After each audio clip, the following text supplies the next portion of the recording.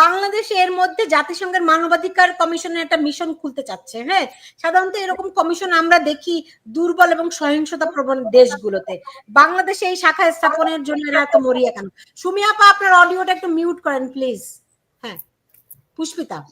আচ্ছা আচ্ছা, বিষয়টা হচ্ছে কি, বাংলাদেশের 5 আগস্টের পরে মানে সহিংসতা বাংলাদেশের, বাংলাদেশ তো আর বাংলাদেশ নাই। বাংলাদেশ একটা মানে মোটামুটি একটা জঙ্গি রাষ্ট্র। এখানে জঙ্গিদেরকে মুক্ত করা হয়েছে জেল থেকে। এই জঙ্গি না, জঙ্গির সাথে যারা খুনি, যারা একেবারে মানে কি বিচারে বিচারে রায়ে যারা খুনি সাব্যস্ত হয়েছে। এই যে দেখেন, এই এই এই এই যে বিএনপির এই নেতা, এ কি জঙ্গি? কেউ বিশ্বাস করবে এ জঙ্গি? কিন্তু কাজকর্ম তো জঙ্গি, রাইট? এরা হচ্ছে, ঘটনা হলো যে এরা কিছুদিন এরা ভিতরে আদর্শ থাকতে হয়। আপনার একটা জিনিস হলো যে আপনার পারিবারিক আদর্শ, তারপরে আপনার একটা রাজনৈতিক আদর্শ। আপনি আপনি একটু যদি একটু পিছনে ঘাটান, আপনি দেখবেন মেজরিটি মানুষ যাদের কোনো পারিবারিক আদর্শ নেই, তারা এই ধরনের রাজনীতিতে বিশ্বাস করে। তারা এই ধরনের রাজনীতিতে বিশ্বাস করে। এবং যারা এখন এনসিপির রাজনীতিতে, আপনি দেখবেন এদের কোনো কথায় বার্তায় চলন ফলনে আপনি একটা একটা মানে ভালো জিনিস দেখাতে পারবে না যে 5 আগস্টের পরে ইউনূস সরকার ক্ষমতায় আসার পরে বাংলাদেশের এই পরিবর্তনটা হয়েছে বা এই ভালোটা হয়েছে 5 আগস্টের পরে। কিন্তু বাংলাদেশের যে প্রতিনিয়ত খুন, তারপরে আপনি আরেকটা যে ব্যাপার দেখেছেন কিনা জানি না আপা, আজকে আরেকজন মহিলাকে অ্যাসিড দগ্ধ অবস্থায় পাওয়া গেছে। তাকে ব্যাগের ভিতরে ঢুকিয়ে অ্যাসিড মেরে তাকে ব্যাগের ভিতরে ঢুকিয়ে তাকে তাকে রাস্তার মধ্যে পাওয়া গেছে। সেই মহিলা কিন্তু এখনো জীবিত। এই যে ঘটনাগুলা, অনেক ঘটনা আমরা দেখতে পাচ্ছি। যদিও মিডিয়াতে অনেক খবর আসে না, আমরা সোশ্যাল মিডিয়া থাকার কারণে আমরা অনেক বিষয় দেখতে পাচ্ছি। কিন্তু এইরকম ঘটনা আপনি বাংলাদেশের প্রত্যেকটা গ্রামে, উপজেলাতে, ইউনিয়নে অহরহ ঘটে যাচ্ছে।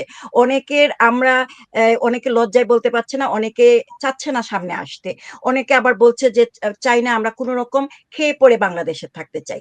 আপনি যদি দেখেন যে এই যে শীল পরিবার, আপনি শুনে থাকবেন যে একজন যিনি যিনি যেনার এই যে হেয়ার কাটের ব্যবসা, যাদের ছেলে আর বাবাকে মেরে ধর্ম অবমাননা বলে তাদেরকে জেলে ঢুকিয়ে দেওয়া হলো। সেখানে পুলিশ কর্মকর্তা কি বলছে?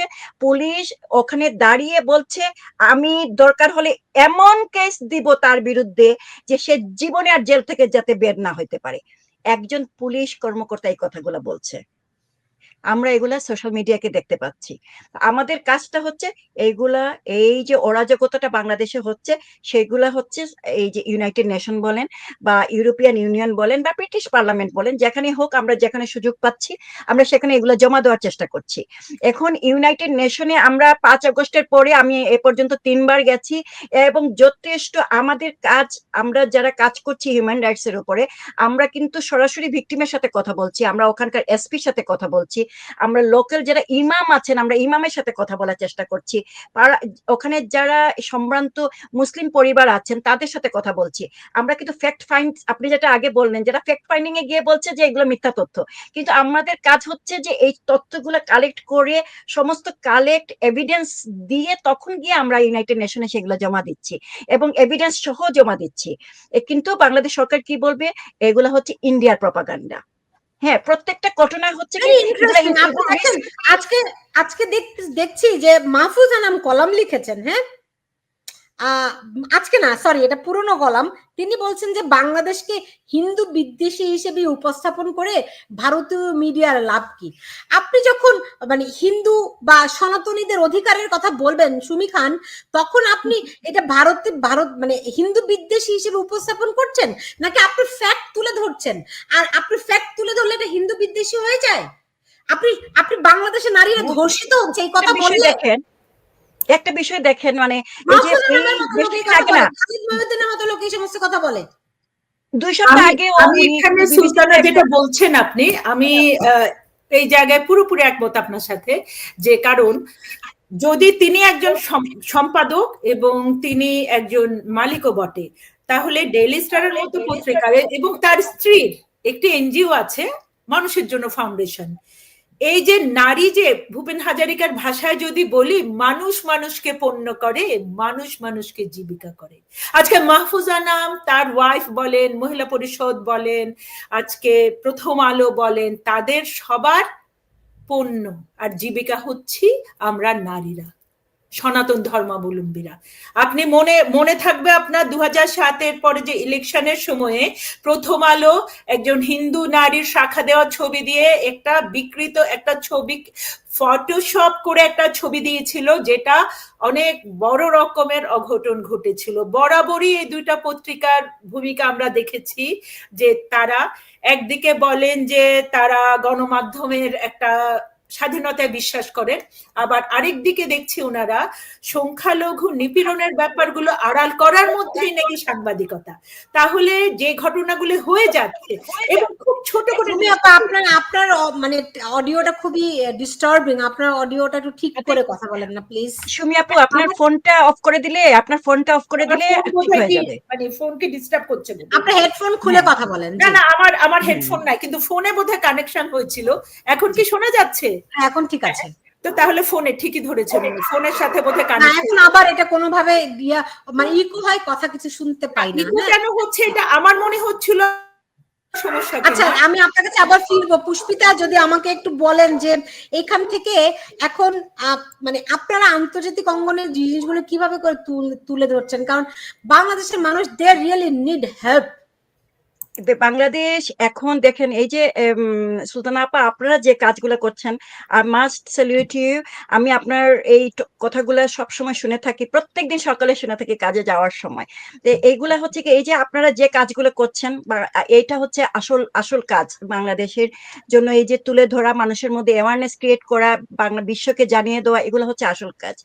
আমরা যেটা চেষ্টা করি যে ঘটনাগুলো ঘটছে এটাকে ফ্যাক্ট ফাইন্ড করা, তখন গিয়ে আমরা এগুলা জমা দিই। আমরা কিন্তু যতই ডক্টর ইউনূস বলেন না কেন, এগুলা ইন্ডিয়ার প্রপাগান্ডা, আমরা কিন্তু এভিডেন্স ছাড়া কথা বলছি না। এবং যেটা ওনারা বলছেন ইন্ডিয়ার প্রপাগান্ডা, যেগুলা কথাগুলা, সেইগুলাই কিন্তু আমরা প্রমাণ করতে বাধ্য। মানে আমরা কি বলবো, আমরা প্রমাণ করতে আমরা হচ্ছি, আমরা পারদর্শী, এটা আমরা সাকসেসফুল হচ্ছি যখন আমরা যেখানে দিচ্ছি, আমরা এভিডেন্স গুলা জমা দিচ্ছি। এবং আপনি একটা বিষয় দেখেন, যখন বিবিসি বা স্কাই উনাকে যখন এই প্রশ্নগুলা উনাকে করে, তখন উনি একটা কথার উপরে এটাকে শেষ করে দেন, ক্লোজ করে দেন, কারণ ওনার কাছে কোনো উত্তর নেই। এবং এক কথার মধ্যে উনি উত্তরটা দেন, সেটা হলো যে এটা ইন্ডিয়া। কদিন ধরে এমন সমস্ত ভিডিও দেখছি, ভেরি অনেস্টলি বলি, সেই গত জুলাই থেকে আজ পর্যন্ত না ঘুমাতে পারি না, এত ভয়ঙ্কর ঘটনা দেখতে হচ্ছে, আনবিলিভেবল। দেখেছেন এই যে ঢাকাতে খিলক্ষেতে যে এই যে মন্দিরটা তুলে নেওয়া হলো, যদিও এটা রেলওয়ের যদি জায়গা হতো, রেলওয়ের জায়গা হতো। একটা ছেলেকে ছুরি দিয়ে কোপাচ্ছে, বুঝছেন, দেখা যায় না। আর একটা জায়গায় দেখলাম যে দিয়ে অনেক বড় দা দিয়ে তাকে তার হাত পা টুকরো টুকরো টুকরো, মানে প্রতিদিন এগুলো দেখতে দেখতে না, মানে ধরেন আমরা দূর থেকে দেখি, আর বাংলাদেশের মানুষ কিরকম অবস্থা আছে, অনেকে তো কথা বলতেও ভয় পায়, বুঝতে পেরেছেন? তো এখান থেকে আমরা কিভাবে করে বাংলাদেশের মানুষ একটা আন্তর্জাতিক অঙ্গনে এটা, কারণ তারা এমন মেটিকুলাসলি প্ল্যান করেছে, বুঝতে পারছেন, যে তারা বলবে, মানে এমন ভাবে তৈরি, মানে বিষয়টাকে, সত্যটাকে আড়াল করে দিচ্ছে, যে আপনার হার্ড টু প্রুভ, অনেক সময় প্রমাণ করাটা কঠিন হয়ে যায়, এক্সপ্লেনেশন দরকার হয়, বুঝতে পেরেছেন? মানে এত ভয়ঙ্কর একটা মহাপরিকল্পনার মধ্যে রেখেছে। আওয়ামী লীগ করা কি অপরাধ? কেউ যদি আওয়ামী লীগ করে থাকে, তাকে কি আপনি ছুরি দিয়ে এরকম কেচবেন? কেউ যদি আওয়ামী লীগ করে থাকে, আপনি তাকে ঘর থেকে তুলে নিয়ে রেপ করবেন? No no no no no, this is not that country, right? সেটাই তো, বাংলাদেশ তো এরকম ছিল না। বাংলাদেশ তো একটা স্বাধীন রাষ্ট্র ছিল, যে রাষ্ট্রটা, মানে আমি বাংলাদেশে প্রত্যেক বছর যেতাম, মানে গত বছর আমি ফেব্রুয়ারিতে গেছি, কিন্তু প্রত্যেক বছরে আমার বাংলাদেশে যাওয়া, কিন্তু আমি বাংলাদেশে যাওয়ার সময়টা আমি খুঁজে নেই ডিসেম্বর মাস, ও হতে পারে পয়লা বৈশাখকে কেন্দ্র করে, ও হতে পারে আমি এই মার্চ মাসকে।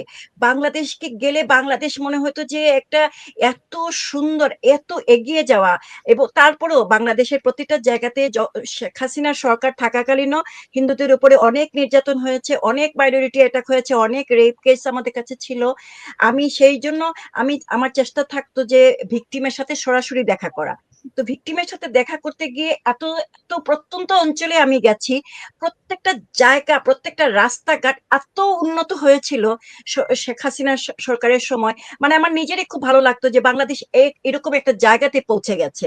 আপনাদের এই কথা থেকে একটু বলে রাখি, আমার একটা অটিস্টিক স্কুলও আমি সেখানে পঞ্চগড়ের এই আমি মানে করার চেষ্টা করেছিলাম। তো ওখানে আমাদের ইচ্ছে ছিল যে এই বছরে আমি ব্রিটেন থেকে যারা স্পেশাল নিডস এর উপরে, যারা অটিস্টিক উপরে যারা যারা দক্ষতা বেশি, তাদেরকে নিয়ে আমি ওখানে গিয়ে নারীদেরকে প্রশিক্ষণ দিব, বা ঢাকা এবং ঢাকার বাইরে বিভিন্ন স্কুলে নারীদেরকে প্রশিক্ষণ দিব। তো যাই হোক, এটা তো হচ্ছে না। কিন্তু বাংলাদেশের আসলে পরিস্থিতিটা যেটা আপনি বলেছেন, বাংলাদেশে কথা বলা তো দূরের কথা, বাংলাদেশের মানুষ বা বিশেষ করে সনাতনীরা এখন তাদের আর কিচ্ছু চাওয়া পাওয়া নেই। তারা শুধু বাঁচতে চায় সম্মান নিয়ে। তাদের হচ্ছে যে আত্মসম্মান, তাদের যে এই যে কাপড় চোপড়, এই যে বিষয়টা আপনি একটু ভেবে দেখতে পারেন। আপনি এই জায়গাতে আপনি নিজেকে বসিয়ে দেখেন আপনি আচ্ছা, কেমন আমি ফিল কাল করতেছেন যে সারারাত আপনি কাজ করতে পারিনি, আই কুডন্ট। এইটাই তো ওরা শুধু চাচ্ছে যে আমাকে মান সম্মানে আমাকে বাঁচতে দাও। আমি 3 বেলা খাচ্ছি না, আমি 1 বেলাই খাবো। আমার দরকার হলে আমি ভাত খাবো না, আমি রুটি খাবো, এই কিন্তু কথা আমাকে এটা তো মানে হতে পারে সম্মানে, না, কেন একবেলা খাবে মানে বা সম্মানে কেন আমাকে 3 বেলা বাঁচতে দাও, খাচ্ছে না? বাঁচতে দাও। আর আমাকে আজকে তারপরে শেষ করতে হবে, আমাকে আজকে শেষ করতে হবে। মানে এইটা একটা মানুষ হিসেবে সামান্যতম চাওয়া, মানে ন্যূনতম চাওয়া। এটি কোনো চাওয়াই না, এটি সবার এখানে অধিকার। সুলতানা, আমি আমি আমার একটা লাইন, সম্মান নিয়ে বাঁচবো, এটুকু আমার অধিকার। আজকে আমাকে শেষ করতে হবে। অন্য একটা লাইন আরেকদিন সুলতানা, যে প্রশ্নটা করেছিলেন আপনি যে ভারতের বিষয়, এই জায়গাটা ওরা প্রথমেই 5ই আগস্টে প্রথমেই কিন্তু ভারতীয় দূতাবাসের লাইব্রেরি, ইন্দিরা গান্ধী লাইব্রেরি, ইন্দিরা গান্ধী সব কালচার খুলে সেন্টার দিয়েছিল। হ্যাঁ, 65,000 বই পড়েছে। তাহলে ভারত যেটা বলছে বা ভারত যেটা বলবে, ভারতের দূতাবাসের কর্মকর্তাদেরও ওরাই করে নিয়েছে। এবং আমি এখনো মনে করি না ভারত তাদের প্রপার রোল প্লে করছে, কারণ ক্লোজেস্ট নেইবার হিসেবে বাংলাদেশের বিপন্নতায় ভারতের অনেক তাদের স্বার্থের ব্যাপার আছে। বাংলাদেশ যখন বিপদগ্রস্ত, সেই বিপদ ওখানে গড়াবে। ইন্ডিয়াতে যদি আগুন লাগে, ইন্ডিয়াতে জঙ্গি হামলা হলে সেটা বাংলাদেশে আসবে, অথবা প্রতিবেশী দেশের। ওই জায়গায় আমরা এখনো ভারতের সক্রিয় ভূমিকা পাচ্ছি না। আর এই যে ভারতের দালাল বলা বা ভারতের মিথ্যা কথা বলছে বলে প্রধান উপদেষ্টা বা প্রেস সেক্রেটারির এই কথাগুলো গা বাঁচানো কথা।